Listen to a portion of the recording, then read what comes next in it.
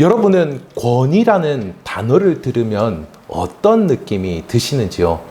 오늘은 예배 가운데에 세대 차이가 굉장히 많이 나기 때문에 이 권위라는 단어를 들을 때에 느낌이 많이 다를 것 같습니다.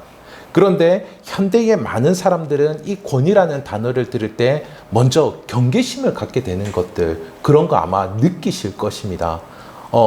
권위라는 단어를 듣는 사람도 또 권위 가운데에 있으신 분들도 모두 다 긴장을 하는 그런 모습이 우리나라 가운데에 비일비재한데요. 말투나 눈빛이나 그리고 일하는 방식이 권위적이다 라고 그렇다면 어떨까요? 그 사람과 함께하는 것이 여간 불편한 것이 아닐 것입니다. 이런 것들은 권위 자체의 문제이겠습니까? 그렇지 않습니다. 이런 것들은 권위 자체의 문제라기보다는 권위가 타락을 했기 때문에 그런 것이죠. 왜곡된 권위를 가지고 있는 것이기 때문에 억압을 받게 되는 그것은 너무나도 당연한 것입니다. 하지만 실제로 사람들에게는 어떻습니까? 사람들에게는 권위가 필요하다라는 것을 우리는 볼 수가 있습니다. 이제 막 공부를 시작하는 학생이 권위 있는 교과서를 가지고 있지 않다. 사실에 합당한 교과서를 보고 있지 않다라고 한다면 어떨까요? 왜곡된 지식을 가지게 되어서 바른 판단을 하지 못하고 바른 선택을 하지 못하는 그와 같은 모습 가운데 있게 될 것입니다. 논문을 쓰는 사람들 역시 어떨까요? 논문을 쓰시는 분들도 이렇게 보면은 이전에 있었던 굉장히 권위 있는 분들의 권위 있는 글들을 많이 참고합니다. 대부분의 논문들을 보지 않습니까? 자신의 말은 별로 없습니다. 대부분 권위 있는 분들의 글을 95% 정도 인용을 합니다. 보십시오. 다 자기 글은 없습니다. 대부분 95%를 인용합니다. 한 5% 정도만 자기의 주장이 담겨져 있는 거죠. 왜 그렇게 이야기하느냐? 권위라는 안정된 기반 가운데에서 합리적으로 맞기 때문에 그렇게 하는 것입니다. 또 뿐만 아니라 여러분, 우리의 신앙생활에 있어서도 마찬가지입니다. 기도에 있어서 그렇지요. 기도는 어떻습니까? 대부분 종교에 모두 다 기도가 있습니다.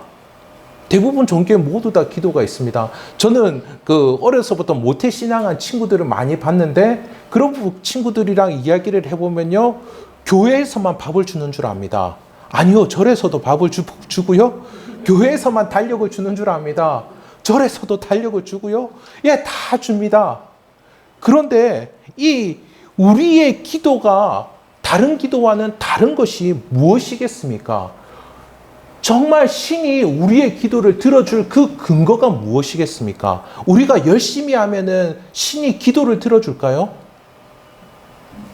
신만큼 열심을 어떻게 낼 수 있겠습니까, 사람이? 우리 그리스도인은 예수 그리스도의 공로에 의지하여서 기도하는 줄 믿습니다.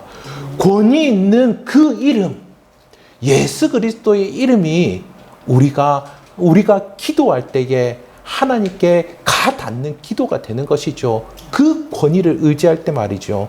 여러분, 우리는 약속에 있어서도 마찬가지입니다. 저는 요즘에 굉장히 서글프게 느껴지는 것은 많은 결혼식에서 하나님의 말씀이 없어지고 기도가 없어지고 찬양이 없어지는 것에 대해서 굉장히 안타까워하는데요. 대표적인 약속이 바로 이 결혼 아니겠습니까? 사람들 앞에서 자신의 결혼, 이것을 확인시켜 줍니다. 우리가 여러 사람들, 두세 사람의 증인 앞에서 우리가 약속을 했습니다 하라면은 이것은 법적인 효력이 있는 것이죠. 그런데 어떻습니까? 사람의 증언은 참으로 연약하다라고 하는 것을 우리는 알 수 있습니다. 사람들은 자기 이익에 따라서 바로 앞에서도 말을 바꿀 수 있는 것이 사람의 모습이지 않습니까? 그러나 우리 그리스도인은 가장 높으신 하나님 앞에서 서약을 하는 것입니다. 가장 높은 권위 앞에서 맹세를 하는 것이죠. 그리하기에 이 결혼을 그 무엇보다도 소중하게 여기게 되는 것인 줄 믿습니다. 이렇게 사람들에게 있어서는 온전한 권위, 건강한 권위가 있어야 함을 보게 됩니다.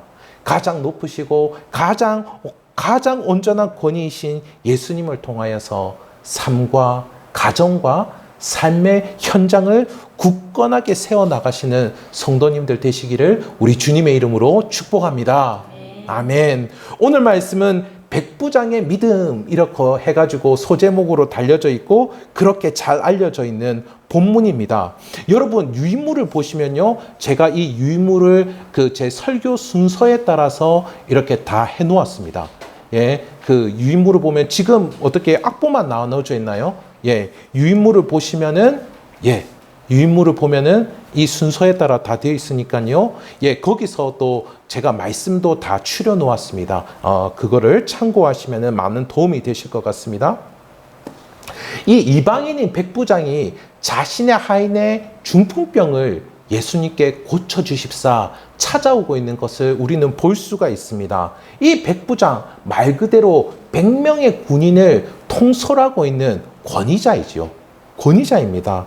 그렇기에 그보다도 높은 권위를 가지고 계신, 절대 권능을 가지고 계신 그 예수님께 고쳐주십사 찾아온 것이죠. 그리고 여기서 참으로 놀랍게도 그 권위는 바로 말씀의 권위를 갖고 있기 때문에 말씀만 하여 주시옵소서 그렇게 간구하며 그 하인이 고침을 받는 것을 경험하게 됩니다. 예수님 역시 이 백부장의 믿음을 보시며 참으로 놀랍게 여기시고 이만한 믿음을 내가 보지 못하였노라 라고 하면서 그 믿음을 참으로 칭찬하고 있는 것을 볼 수가 있는데요. 그런데 이 본문이 똑같이 누가복음에도 나와 있습니다. 근데 이 누가복음에는 이 사건만 다루어지고 있고 그냥 넘어가는데요. 그런데 마태복음에서는 여기서 끝나지 않습니다. 마태복음에는 여기서 조금 더 기록이 되어 있는데요. 11절과 12절을 한번 보십시오. 예, 유인물을 보면은 좀 더 쉽게 찾을 수 있습니다. 11절과 12절에 또 너희에게 이르노니 동서로부터 많은 사람이 이르러 아브라함과 이삭과 야곱과 함께 천국에 앉으려니와 그 나라의 본 자손들은 바깥 어두운 데 쫓겨나 거기서 울며 이를 갈게 되리라. 백부장이 간구하고 하인이 고침을 받는 그 이벤트, 그 행사에서 끝난 것이 아니었습니다. 예수님은 이 일을 통하여서 분명히 가르치고자 한 것이 있었다라고 하는 것이죠. 이방인은 하나님 나라의 천국에 앉게 될 것이고 너희 본 나라의 자손들은 오히려 쫓겨나게 될 것이다. 그렇게 이야기하고 있죠. 이렇게 말씀하신 것이 무엇입니까? 그 어떤 이유입니까? 이 유대인들에게 천국 복음이 확장되는 것을 깨달으라 하시는 것입니다. 지금 내가 하고 있는 이것이 단지 사람을 고치는 이벤트가 아니고 천국 복음의 역사를 내가 너희에게 알려주고 천국 복음의 역사들을 너희로 하여금 경험하게 해주겠다라고 하시는 것입니다. 그래서 이 천국 복음이 확장되고 있는 것을 너희로 하여금 이들로 하여금 깨닫도록 하고 있는 것이죠. 그래서 그 가운데에 믿음으로 반응할 것에 대해서 교훈을 하고 있는 것입니다. 또한 나아가 오늘 이 말씀을 읽고 있는 우리에게도 이 천국 복음이 권위 있는 말씀으로 역사하고 있음을 믿으라라고 그렇게 말씀을 하고 계시는 것입니다. 예수님은 이 땅에 천국 복음을 전파하고 이 땅 가운데에 천국이 임하도록 하기 위해서 오신 것입니다. 오늘 말씀 5절에 보십시오. 오늘 말씀 5절에 보면은 그 장소가 어디라고 나와 있습니까? 오늘 말씀 시작하는 그 말씀을 보면 어디라고 나와 있습니까? 장소가 가버나움이다 라고 그렇게 나오고 있습니다. 이 가버나움은 굉장히 큰 대도시였고 군사적이고 상업적인 요충지였던 곳입니다. 예수님이 처음으로 사역했던 곳이, 공생애로 처음을 사역했던 곳이 갈릴리와 수리아 지역인데요. 이 예루살렘 지도를 펴보면 우리나라의 강원도와 비슷하게 생겼습니다. 그래서 북쪽에는 그 갈릴리 바다라고 이야기하지만 좀 커서 갈릴리 호수, 긴네렛 호수 그렇게 이야기하고 있고, 그 밑으로 해가지고 요단강이 쭉 흐르고 그 밑에 사해가 있죠. 그 사해 옆에는 이 예루살렘이 있는데, 이 북쪽에 갈릴리 호수 그 지역을 수리아 지역이다라고 이야기합니다. 그 수리아 지역에서 큰 대도시가 이 가버나움이다라고 하는 것이죠. 이 가버나움이라는 곳은 어떤 곳이냐면, 로마가 이스라엘을 통치할 때에 그곳 가운데에 군사들을 주둔시키고 상업 활동을 할 수 있었던 그러한 곳으로 가버나움을 키우고 있었던 것입니다. 그러니 이곳에는 사람들이 많았고 소문이 아주 빠르게 퍼져갈 수밖에 없었던 것이죠. 마태복음 4장 23절, 24절을 보도록 하겠습니다. 예, 유인물이 있습니다. 제가 읽도록 하겠습니다. 예수께서 온 갈릴리에 두루 다니사 그들의 회당에서 가르치시며 천국 복음을 전파하시며 백성 중에 모든 병과 모든 약한 것을 고치시니 그의 소문이 온 수리아에 퍼진지라. 아멘. 천국 복음이 전파되는 것마다 복음의 역사가 일어나게 되었다. 그렇게 말씀하고 있습니다. 복음이 전파되는 곳에 눈먼 자가 눈을 뜨고 안진뱅이가 일어나고 기머거리가 듣지 못하게 되는 일들이 일어나게 되었다라고 하는 것입니다. 그들이 하나님을 알게 되고 믿게 되고 하나님과 함께하며 하나님을 찬송하게 되는 일들이 일어나게 되었다라고 하는 것입니다. 예수님의 권위는 여기서 드러나는 것이죠. 여기서 드러나는 것입니다. 예수님은 하나님께서 뜻하셨던 말씀을 하셨습니다. 예수님은 하나님께서 사람들에게 일어나기를 원하는 그 일들을 하나님께서 하셨다라고 하는 것이죠. 여러분, 이 예수님의 말씀 성경에 보면은 어떻게 표기되어 있습니까? 너무 쉽게 알아볼 수 있죠. 특히 복음서에 보면은 예수님이 하셨던 말씀을 어떻게 볼 수 있습니까? 빨간 글씨로 기록이 되어 있습니다. 근데 예수님이 하셨던 말씀 가운데에서 예수님이 인용하셨던 말씀이 있던가요? 한 번도 없습니다. 예수님이 인용하셨던 말씀. 예수님이 누군가에게 힘을 의지하여서 역사하신 적이 있던가요? 단 한 번도 없습니다. 예수님은 내가 한다. 내가 말한다. 모두 그렇게 이야기했습니다. 아니, 어떻게 30살 정도밖에 되지 않은 청년이 그렇게 이야기할 수 있단 말입니까? 그는 무모하거나 아니면은 권위자라는 것이죠. 근데 그가 했던 말을 그대로 성취했다라고 한다면 그가 무모한 사람일 수 있겠습니까? 그는 분명히 권위자로 드러나게 되었다라고 하는 것을 우리는 볼 수가 있습니다. 이렇게 권위자의 모습으로 드러났을 때 우리 주님은 어떻게 하셨습니까? 심령이 가난한 사람, 그래서 이 땅 가운데에 부족하고 연약한 그 모습 가운데 있는 사람들에게 우리 주님은 무엇을 주셨습니까? 천국을 주셨습니다. 심령이 가난한 자는 복이 있나니 천국이 저희 것이며 라고 하지 않았습니까? 그들에게 하나님과 함께하는 의와 평강과 기쁨의 삶을 살도록 해주셨습니다. 또한 뿐만 아니라 이 땅 가운데에 죄악으로 말미암아 억압을 당하지 않습니까? 그리고 질병이 걸려서 고통을 당하지 않습니까? 또 뿐만 아니라 수고하고 무거운 짐을 지면서 살아가는 그들이 우리 주님을 만남으로 천국의 안식을 경험하는 것이죠. 왜입니까? 예수님이 참된 권위를 가지고 계시는 분이시기 때문입니다. 하나님 나라의 의와 하나님 나라의 평강과 하나님 나라 안에서 살아가는 그 기쁨을 허락하여 주셨습니다. 내가 이 땅 가운데에서 그 어디에도 인정받지 못하고 그 어떤 자격 요건을 갖추지 못할 때도 하나님은 우리에게 누구라고 말씀하십니까?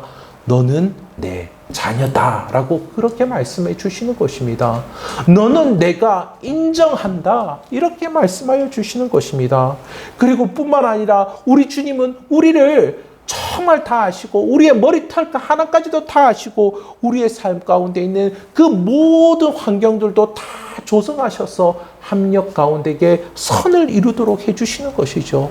그래서 우리는 그 안에서 평안할 수밖에 없습니다. 우리가 어찌하여서 그 기쁜 일도 없는데 기뻐할 수 있겠습니까?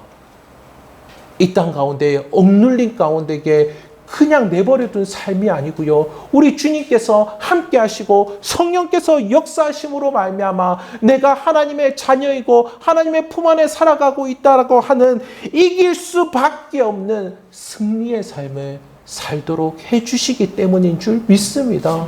이와 같은 의와 평강과 기쁨의 삶을 우리 권위자이신 우리 주님으로 인해 살게 되시는 저와 성도님들 되시기를 간절히 소원합니다. 사람들이 예수님 그 당신님을 통해서 이 땅 가운데서도 이렇게 천국을 경험하기를 바라셨던 것이죠. 이에 백부장이 어떻게 반응하고 있습니까? 가장 높은 권위이신 예수님을 믿는 믿음을 가지게 되었다라고 하는 것이죠. 백부장은 자신의 하인을 위해서 친히 예수님께 찾아와 간구를 하는데요. 많은 이들은 이 백부장이 정말 어떻게 자기 집에 있는 이 비천한 하인을 위해서 이렇게 할 수가 있는가 이 이야기를 합니다. 그래서 이 백부장이 정말 사랑이 많은 사람이구나라고 이렇게 이야기하는데요. 그런데 그 의미보다는 다른 의미를 가지고 있습니다. 보통 이 하인 이렇게 이야기하면요, 둘로스라고 헬라어에서 쓰거든요. 둘로스는 바로 이 종입니다. 종. 둘로스는 종입니다. 그런데 여기서는 둘로스라고 쓰지 않고 파이스라고 씁니다. 파이스. 헬라어로 파이스입니다. 이 파이스는 보통 이 주인집에서 그 주인집의 집안 살림을 담당하는 총무 역할을 하는 사람, 총무 역할을 하는 젊은 청년을 이야기할 때에 이 파이스라는 단어를 씁니다. 그러니까는 그는 굉장히 책임감이 있는 사람이고 그 집안에서 핵심이 되는 사람이고 어떻게 보면은 이 백부장에 있어서 신복과 같은 사람이다라고 할 수 있습니다. 한 나라로 볼 때는 왕을 섬기는 이 충신, 조신을 이야기할 때 그때도 파이스라라고 그렇게 붙이는데요. 그래서 이 종이라기보다는 백부장의 집안을 총괄하는 사람, 아니 어떻게 보면은 백부장의 아들이나 마찬가지인 그런 사람이다라고 하는 것입니다. 어떻게 보면은 그가 다른 자녀가 없다면은 그가 그 재산을 맡아서 계속 관리를 하게 되는 상속자가 될 수도 있는 그런 사람이었다라고 하는 것이죠. 그리고 뿐만 아니라 백부장은 높은 권세를 가지고 있었던 사람입니다. 우리는 백부장 하면은 단지 숫자 100 이것만 생각을 하는데요. 생각을 해보십시오. 앞서 말씀드린 것처럼 가버나움은 군사적, 상업적 요충지입니다. 그리고 100명을 통솔할 수 있는 권한을 가지고 있는 그 사람이 가버나움에 있었다라고 하는 것은 가버나움에서 이 사람은 굉장히 높임을 받고 있고 한 권력을 하는 사람이었다라고 하는 것이죠. 그 당시에는 경찰이 없었기 때문에 이 백부장은 지금으로 보자면 경찰서장 정도에 해당하는 사람이라고 볼 수 있습니다. 그의 한마디에 100명의 군인이 그의 말을 들었다라고 한다면 어떨까요? 그는 가버나움을 쥐락펴락할 수 있는 대단한 권력을 가진 사람이다라고 볼 수 있습니다. 하지만 이런 권위를 가졌다 할지라도 이 자신이 귀하게 여기는 이 사람의 운명을 달리할 방도가 없는 것입니다. 자신이 군인으로서 이곳 가운데에 치안을 담당하고 100명의 사람들을 부릴 수 있는 그 권한을 갖고 있지만 그리고 그 도시를 쥐락펴락할 수 있는 그만큼의 힘을 가지고 있지만 그는 자신이 귀하게 여기는 그 한 사람의 운명을 바꿀 수 있는 권위가 없었다라는 거예요. 권세, 권위, 권능을 그는 갖고 있지 못했다라고 하는 것입니다. 그는 이 일들을 계기로 그거를 뼈저리게 느꼈던 거다라고 하는 것이죠. 그런 그가 아무런 직위도 없는 예수님께 찾아가 고쳐주시기를 간구하고 있습니다. 예수님의 대답은 무엇이었습니까? 우리 7절 한번 보도록 하겠습니다. 7절 우리 다 함께 읽어보도록 하겠습니다. 유물 참조하셔서 유물의 세 번째 단락, 세 번째 보면은 7절 나오죠. 우리 다 함께 읽어보도록 하겠습니다. 시작. 내가 가서 고쳐주리라. 내가 가서 고쳐주리라. 개역 개정판은 무엇으로 되어 있냐면 지금 평서문으로 되어 있습니다. 개역 개정판. 내가 가서 고쳐주리라. 그렇게 말씀하고 있습니다. 굉장히 예수님의 의지가 잘 드러나 보이는 그런 번역입니다. 그런데 이 예수님이 쓰셨던 아람어나 그리고 이 신약 성경이 쓰여진 코인의 헬라어는 어떤 언어냐라고 하면은 이 구전 언어, 사람들이 오랫동안 말로써 전해진 그런 언어입니다. 아주 기계적으로 이렇게 탁탁탁탁 맞춰서 하는 그런 언어가 아닙니다. 이런 언어들은 대체의 특징이 어떠냐면은 주어를 생략합니다. 주어를 생략해. 그러니까 지금 어떻습니까? 예수님이 내가 가서 고쳐주리라 라고 하는 것은 좀 특이한 표현이다 라고 하는 것이죠. 내가 가서 고쳐주리라고 하는 것은. 그런데 이것이 이렇게 번역이 되었지만은 이 문장을 볼 때에 이것은 평서문이 아닌 의문문으로 볼 수가 있습니다. 그리고 정황상 마찬가지로 의문문이라고 볼 수가 있습니다. 그러니까 이렇게 이야기를 한다라고 하는 것이죠. 내가 가서 고쳐 주어야 합니까? 이렇게 번역을 할 수 있다라고 하는 거죠. 우리가 두 사람이 만나서 이야기하는데 갈게, 통화를 하면은 갈게, 좀 이따가 봐, 이렇게 통화하지, 내가 갈게, 이렇게 표현하지 않습니까? 우리 영어 할 때 영어는 어떻게 합니까? 영어는 구전 언어로 개발된 이렇게 발전된 언어가 아니어서 영어는 항상 주어를 붙입니다. I go to home 이렇게 붙입니다. I go to my home 이렇게 붙입니다. 그런데 우리는 어떻습니까? 집에 갈게 그냥 이렇게 이야기를 한다라고 하는 것이죠. 일부러 주어를 붙였다라고 하는 것은 이 주어가 들어가는 것은 의문문이다라고 볼 수가 있습니다. 내가 가서 고쳐 주어야 합니까? 세계인들이 제일 많이 보는 성경 판본이 무엇인지 아십니까? 세계인이 제일 많이 보는 성경 판본은 NIV 2011년도 판을 제일 많이 봅니다. 거기서도 마찬가지로 의문문으로 되어 있다고 하는 것이죠. 평소문으로 하면 예수님의 의지가 드러나가지고 예수님이 주권을 행사하시는구나 이렇게 받아들이기가 쉬운데요. 그런데 예수님께서 이렇게 의문문으로 하시면은 내가 가서 고쳐주어야 합니까? 왠지 백부장을 밀어내는 것처럼 그렇게 여겨집니다. 그런데 여러분 이것이 자연스럽다라고 하는 것을 느낄 수 있는 것이 우리가 지금 이스라엘과 하마스 헤즈볼라와의 전쟁에서 우리는 이것을 볼 수가 있습니다. 그 당시 로마는 이 이스라엘을 다스릴 때 그들을 아주 자존심을 상하게 하기 위해서 이스라엘 사람 가운데 이렇게 백부장을 세운 게 아니고요. 이스라엘 사람들을 아주 싫어하는, 그리고 이스라엘 사람들이 아주 싫어하고 이스라엘 사람들을 아주 싫어하는 주변에 있는 레바논 사람들이나 시리아 사람들을 백부장으로 세웠다는 겁니다. 그러니까 이 사람은 위치상으로 볼 때에 그곳에 있는 사람이다라고 할 수 있는 것입니다. 이들은 어떻습니까? 이전에도 상극의 관계였고 지금도 싸우고 있는 그런 관계이죠. 서로가 서로를 멸시하는 모습 가운데 있는 것입니다. 이렇게 상극이라면 의문스럽게 물어보는 것이 너무나도 당연하지 않겠습니까? 정말 내가 가서 고쳐주어야 합니까? 당신이 사는 동네에 가서 시리아 사람들, 레바논 사람들이 많은 그곳에서 유대인이 내가 가서 고쳐주어야 합니까? 이렇게 묻는 것이 너무나도 당연하다라고 하는 것이죠. 그러나 이 백부장은 이를 개의치 않고 예수님께 찾아간 것입니다. 민족이 다름에도 불구하고 자신이 이 지역에서 한 권세를 가지고 있음에도 불구하고 예수님께 간구했다라고 하는 것이죠. 이렇게 할 수 있었던 그 이유가 무엇이겠습니까? 그 이유는 예수님의 권위를 알았기 때문입니다. 우리 다 같이 한번 해볼까요? 예수님의 권위. 한 번 더 해볼까요? 예수님의 권위. 천국 복음을 전하시고 그 천국의 복음의 역사를 실제적으로 이루신 그 권위가 있으셨기 때문입니다.